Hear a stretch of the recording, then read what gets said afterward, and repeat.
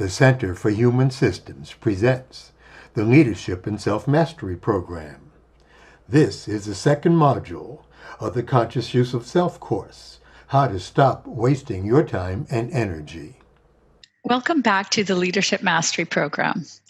This is the second module in the course Conscious Use of Self, called Energy Sponges. My name is Ronnie Gill, and I'm here with Michael Broom, the organizational development guru whose expertise underlies these courses. Hello, Michael. And hello to you, Ronnie. It's good to be with you again. Absolutely. So we're here today to talk about energy sponges. What exactly is an energy sponge? An energy sponge are those activities that we engage in that soak up our time and energy without producing much of anything that is useful. Think about things like worrying, complaining, blaming, arguing, perseverating, things that, just soak up a lot of your time and energy and really don't accomplish much of anything. Do you remember the story of Leonard, who was so worried about his father not liking his ideas? That was from the last module. So no, I actually don't remember the full story. So maybe you can remind us. Well, sure. Leonard was running a hotel for his father and was rejecting a lot of good ideas from his staff because he was worried that his dad wouldn't like them. Okay. So that's right. So Leonard was the person that wasn't able to effectively lead his team at this hotel because he kept worrying that his father, who was the owner of the hotel, would just reject any idea that he brought. So as a result, he kind of pre-rejected them first. Is that right? Yes. Okay. But the key here is that the worrying was a waste of his time and in fact was actually a impediment to his getting his job done. So okay. in this case, it not only was a waste of time, but it was actually hampering his work. Got it. So let's talk about that a little bit more. In what ways do energy sponges undermine our ability to lead? Okay. So we're clear that mastery of self is essential for leading others successfully. But being able to spend our energy positively rather than negatively is critical to getting out of unproductive habits and behaviors. And energy sponges are just great examples of unproductive habits and behaviors. So in order to become successful leaders, we need to use the idea of conscious use of self to focus our energy in a positive direction and away from our unproductive habits or energy sponges. Okay. So let's just recap that for a second. So energy sponges prevent us from being effective leaders when we're worrying, when we're blaming, when we're arguing, which was what I was doing this morning, when we're not listening, we're not open, and we're not curious. In order to be these kinds of effective as leaders, we need to be more conscious of our energy sponges because they get in the way. Is that right? That's exactly right. When you are arguing with assume someone, you are not doing much of a job of being a decent leader. All right. Well, we won't talk about that anymore. Let's dig a little deeper into this idea of energy sponges. Could you clarify the difference between, energy sponge and conscious use of self, which is what we talked about the last time? They're just about the opposite of each other. Energy sponges are typically automatic behaviors that waste our time. We need conscious use of self to limit the amount of time we spend with them so that we can be much more productive. That's right. Automatic behaviors. Those are the kinds of things that, get in our way when we're not paying attention or not getting the results that we want. So can you say more about how we can use our conscious use of self to limit these energy sponges. How exactly do I do that, Michael? Sure. Through being conscious, we can notice when our energy sponges, such as worrying, complaining, or blaming, are simply wasting our time. Then we can choose to do something different. Now, a key here is that through taking this course, you now understand about energy sponges, and you can see what your energy sponges are, because most people don't. So now let's also be clear that some people want to get rid of their energy sponges. It is almost impossible because they're very deeply ingrained habits. However, we can certainly spend less time with them once we notice how much they're getting in our way. I used to agonize getting new clients for days at a time, and I finished with one. Now I notice that I'm agonizing and can switch it off in just a couple of minutes. So I'm completely down with not agonizing, but does that mean that I have to be kind of this relentlessly positive person all the time, you know? Heaven forbid, because if you did that, you would drive me crazy, and I wouldn't trust you, because people who are always up, it's like, oh, there's something else going on. So I don't trust those kind of folks anyway. Basically, it just means that you want to be more effective or happier. Quit wasting time doing things that are not helpful for whatever your goals are. Okay. So I want to push back on that a little bit, because we've heard a lot that leaders want us, as leaders, our energy infects the people around us, which is sort of what this is getting at. So shouldn't I be positive with my people? Because I want them to feel, like give them a smile when I come into the room, even if I don't feel that great, because then I want to consciously use myself to project positive energy to my team. Mm-hmm. That is an idea that many leaders have. I find that the more effective leaders are simply honest about where they are. That if they're not feeling up, they say, "Hey, folks, I'm not really feeling up today. So, hopefully you've got my back." But people trust honesty more than people who are pretending, because, we're all pretty good bullshit detectors, and why go there? All right. I mean, I can buy into that. I think that, so what I hear you say is like, be conscious that where you are, be conscious of where your energy's at, and just be honest about it. Yeah.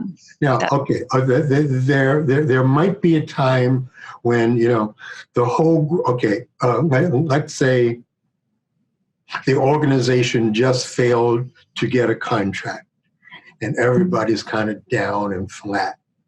Now, that might be a time when a leader, even though he might be feeling down and flat too, might really need to rally his own energy so that he can rally his troops. But again, that's about being conscious and choosing what's going to be most useful at that time and place.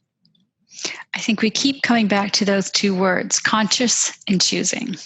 Conscious and choosing is the name of this game. Amen. Thank you. So let me ask you a slightly different question. So let's talk about your energy sponges, Michael. What are some of your favorite energy sponges? Well, probably the biggest one that gives me trouble these days is procrastinating. It's like there's something I know I need to be doing, but I find myself doing almost anything other than what I need to be doing. Yeah.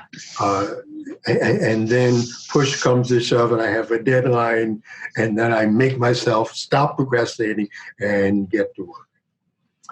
There are occasions I feel a bit sorry for myself, but that's pretty rare, and it is truly an utter waste of time feeling sorry for myself. So I just notice it and chuck that one pretty quickly. Okay. So thank you for sharing that. Mm-hmm. Can you give us an example of someone else's energy sponge that you've witnessed recently? Sure.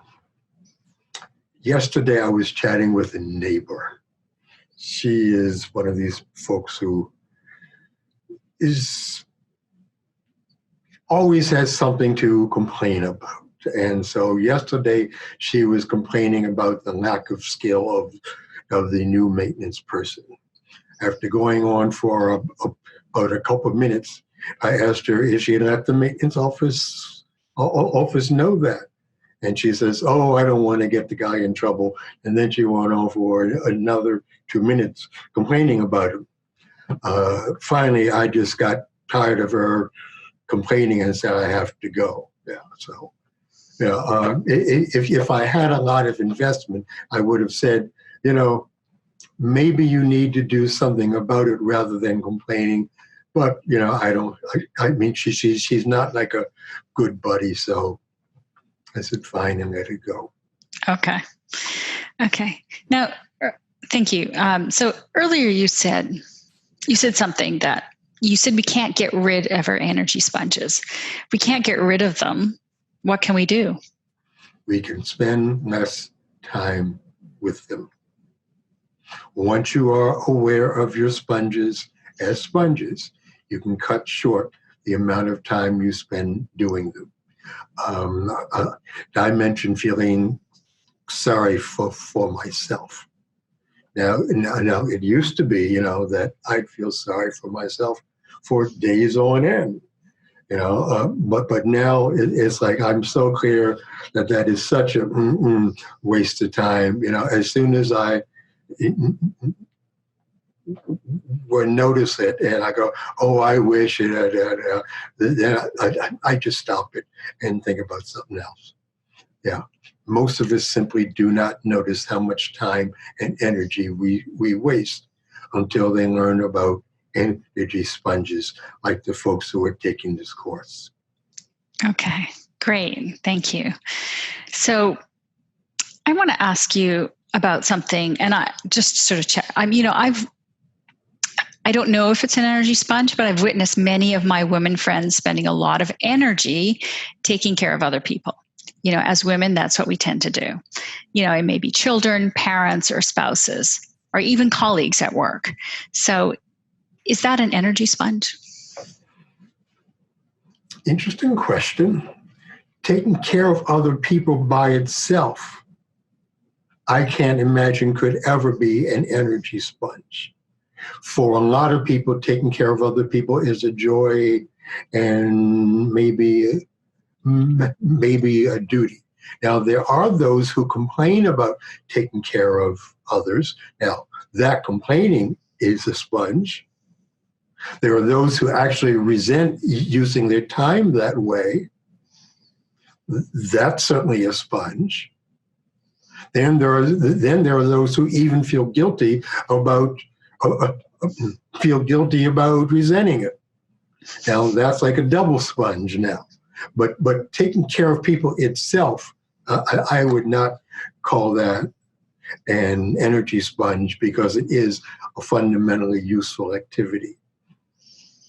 How we feel about taking care of energy, how we feel about taking care of people, and what we do with that. Now, those things could certainly be sponges.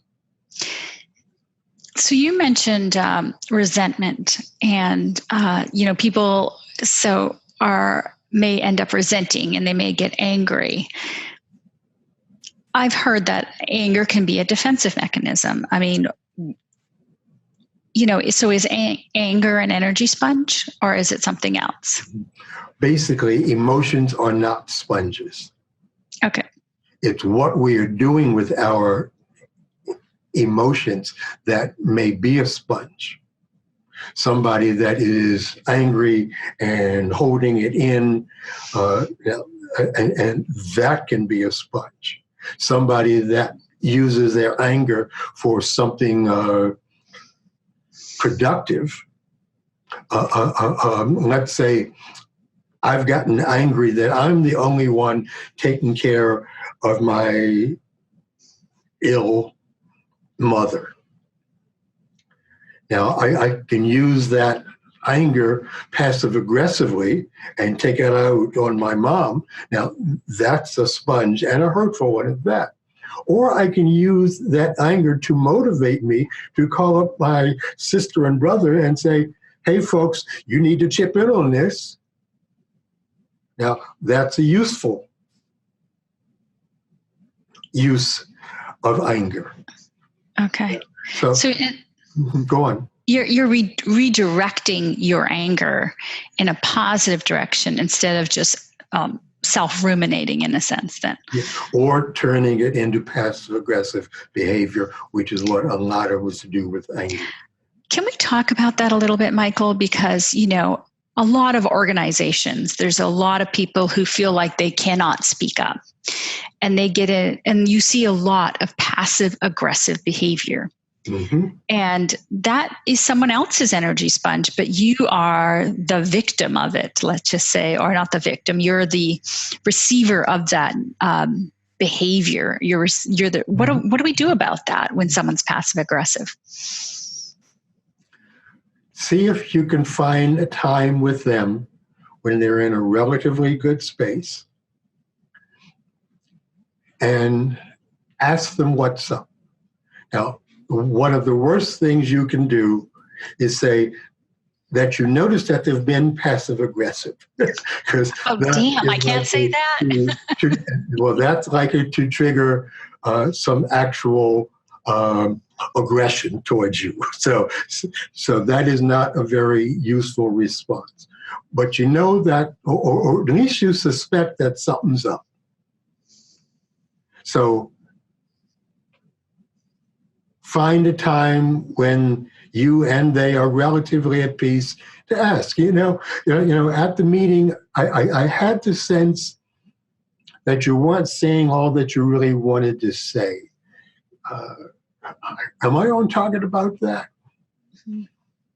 See if they'll be more forthcoming from your being curious about them rather than judging them for being passive aggressive. Being called passive aggressive is a fairly judgmental statement, even if it's true. Fair enough.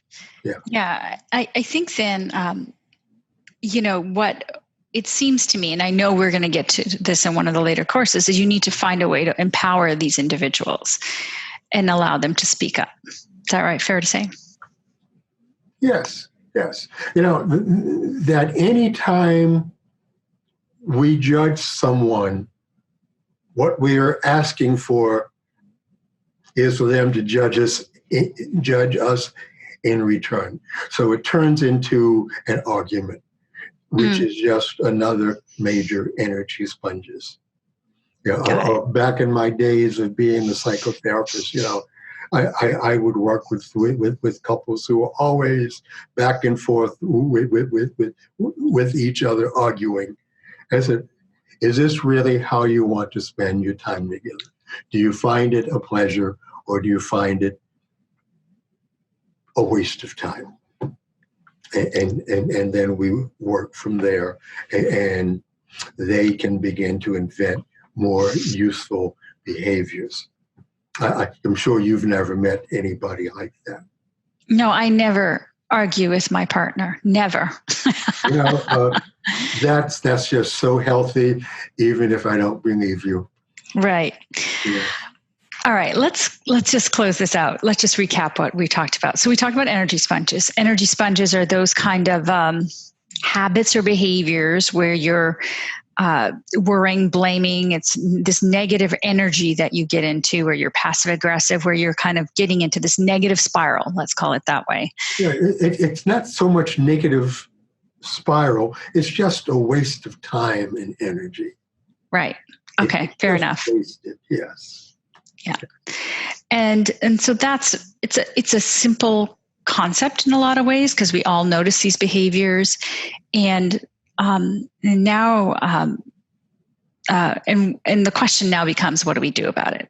Well, you said something very interesting, that we all notice it in other people. We rarely notice them in ourselves until we learn about energy sponges, and you begin to look at, oh, what are my energy sponges? Oh yeah, I got 5 or 6 or 7 that I'm really good at. Yeah, Okay. yeah, that's more important point. So thank you for that. Sure.